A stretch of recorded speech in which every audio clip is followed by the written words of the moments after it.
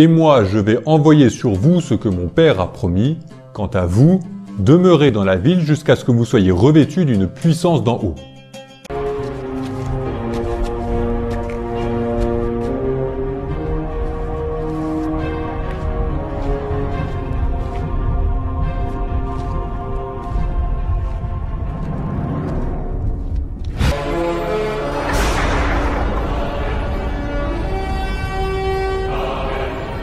Je suis l'Éternel ton Dieu, et tu n'auras pas d'autre Dieu que moi.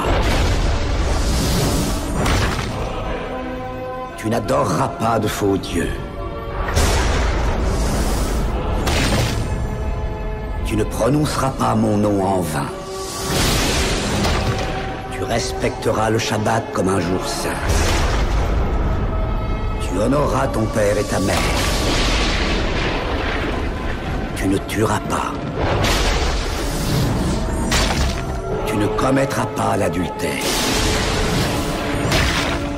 Tu ne voleras pas.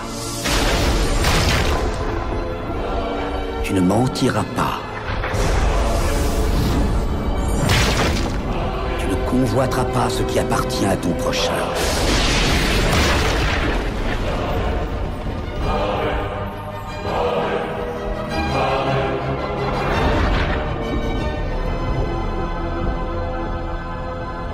Merci, Seigneur.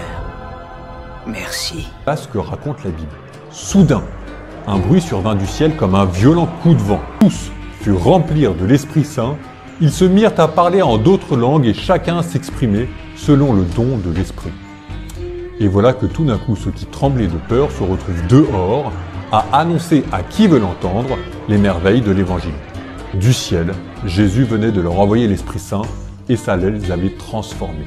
Il avait promis d'envoyer le Saint-Esprit pour être avec nous. Après être allé au paradis, il a tenu sa promesse.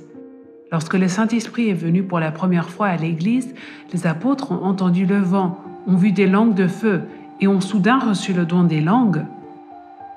Le Saint-Esprit vient comme le vent parce que c'est la vie que Dieu insuffle en nous. C'est le vent parce qu'il nous pousse vers la vérité et vers Dieu. Le vent est fort et puissant, comme une tornade, que nous ne pouvons pas contrôler. Cette puissance nous change lorsque nous disons oui à Jésus, notre Seigneur. Le Saint-Esprit vient comme des langues de feu parce qu'il brûle. Cela brûle notre péché et notre colère. Le feu nous donne la lumière pour nous montrer le chemin. Lorsque le Saint-Esprit vit en nous, il nous aide à comprendre qui est Dieu et qui Dieu désire que nous soyons. Le Saint-Esprit vient comme un don de langue parce que la langue est le partage. Nous pouvons utiliser des mots pour partager des idées et des sentiments avec d'autres personnes. Le Saint-Esprit est l'amour partagé entre le Père et le Fils. C'est une expression de l'amour le plus vrai et le plus grand qui existe. Nous voulons tous cet amour. Nous partageons tous cet amour alors que nous le partageons avec les autres. À la Pentecôte, les apôtres étaient tous remplis d'Esprit Saint alors qu'ils parlaient aux gens du monde entier de Jésus, l'homme qui est Dieu, qui a été crucifié et est ressuscité des morts. Tous ceux qui ont entendu les apôtres ont été étonnés parce que chacun a pu les entendre dans sa propre langue. Les apôtres font le travail que Jésus leur a indiqué quand il a dit « Comme le Père m'a envoyé, moi aussi je vous envoie ». Lorsque nous choisissons le Saint-Esprit à la messe et dans les sacrements et dans notre vie quotidienne, cela nous aide à devenir davantage comme Jésus. Nous apprenons à parler comme Jésus, à agir comme Jésus et à aimer comme Jésus. Nos cœurs sont remplis de vie et d'amour divin qui ne peuvent nous être enlevés. Une force sainte qui peut enflammer votre âme. Et c'est ce que les disciples ont reçu le jour de la Pentecôte, ce qui les a transformés.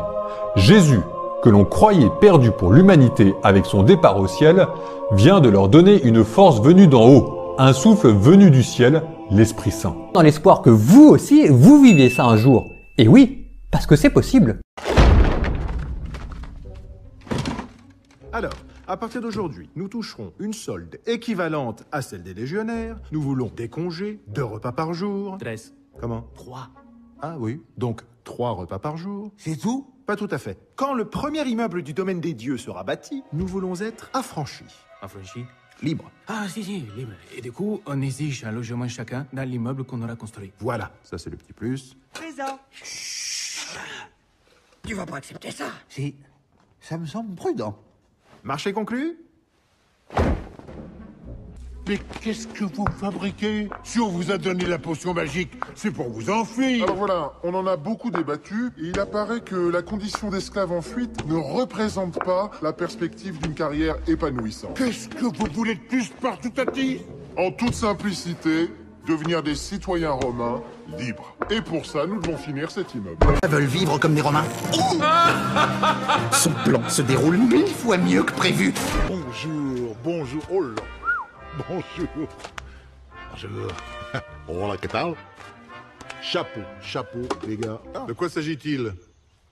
C'est-à-dire, je leur ai promis de les affranchir, mais comme j'ai pas l'autorité... Tu as promis aux esclaves de les affranchir? Et il les a payés! Et il leur a cédé un logement dans le domaine des dieux à chacun! Quoi?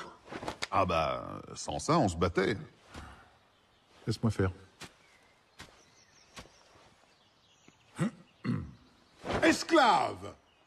Par les pouvoirs qui me sont conférés par César, le Sénat, le peuple romain et tout le tintouin, moi, sénateur Caius Appius Prospectus, hop, pif, je vous affranchis. Alors nous sommes libres. Voilà. Ça je peux vous dire que ça fait plaisir. Bien. Vous n'oublierez pas de rendre les clés de vos logements. Nous avions cru comprendre qu'ils nous avaient été attribués. Quand vous étiez esclave. Parce que là, maintenant, il faut payer 15 sesterces de loyer par semaine. 15 sesterces. Ah oui, quand même. Mais, bonne nouvelle, nous avons justement des postes d'ouvriers du bâtiment qui viennent de se libérer. Le salaire est de 15 sesterces par semaine. Vous acceptez? Ma foi, c'est une proposition. Parfait, vous êtes engagé. Anglégus, tes ouvriers ne sont pas au travail. D'une aire, bande de fainéants! Qu'est-ce que vous faites encore à vous prélasser? Vous croyez qu'on vous paye à quoi au juste? Allez hop, direction le chantier! Et entrons! Et c'est de l'esclavage! Ça, il faut admettre, vous êtes efficace. Non. Je suis sénateur.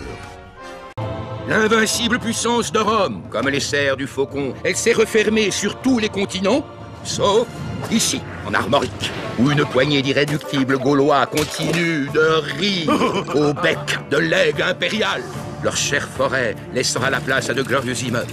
Encerclés par la civilisation romaine, ils seront condamnés à s'adapter ou à disparaître. Vous ne passerez